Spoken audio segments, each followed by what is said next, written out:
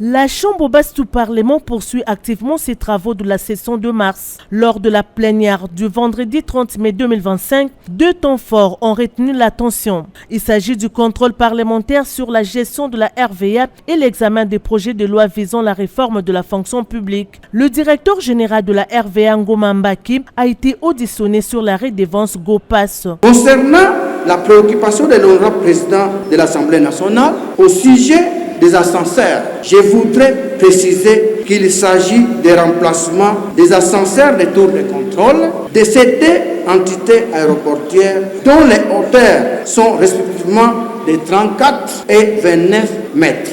Peu convaincu par ces explications, le député Claude Missaré a dénoncé ce qu'il qualifie d'escroquerie de longue date contre la population et a exigé la création d'une commission d'enquête. Une démarche soutenue par le président Vital Kamerhe qui a toutefois rappelé la nécessité de respecter la présomption d'innocence. Sur les plans législatifs, deux projets de loi réformant la sécurité sociale et les statuts des agents publics ont été jugés recevables. Le vice-premier ministre en charge de la fonction publique Jean-Pierre Liao a tenté de rassurer les élus face aux préoccupations liées au recrutement irrationnel, à la politique salariale et à la contractualisation. Aujourd'hui, dans la fonction publique, il est difficile d'utiliser un informaticien bardé de diplômes, expert, un crack qui peut aider l'État, tout simplement parce qu'il a 50 ans, l'âge étant plafonné à 35 ans. Et ici, par cette innovation, nous ouvrons la possibilité pour l'administration publique, pour l'État,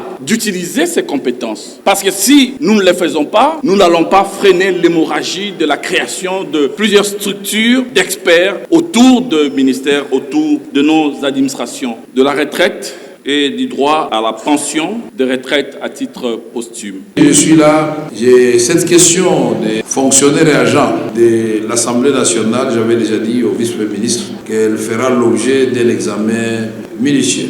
Je n'ai engagé ni un attaché de bureau ou quoi que ce soit. Non, ça nous sommes en train de tuer nous-mêmes le pays, puisque l'enveloppe reste la même. Mais vous engagez des gens et puis on arrive dans le dépassement budgétaire, on commence à se poser des questions. Enfin, la plénière a été marquée par la lecture d'un nouveau réquisitoire du procureur général près la Cour de cassation, demandant l'autorisation d'instruction contre le ministre d'État Constant Moutamba pour ses propos tenus au Palais de justice le 26 mai dernier.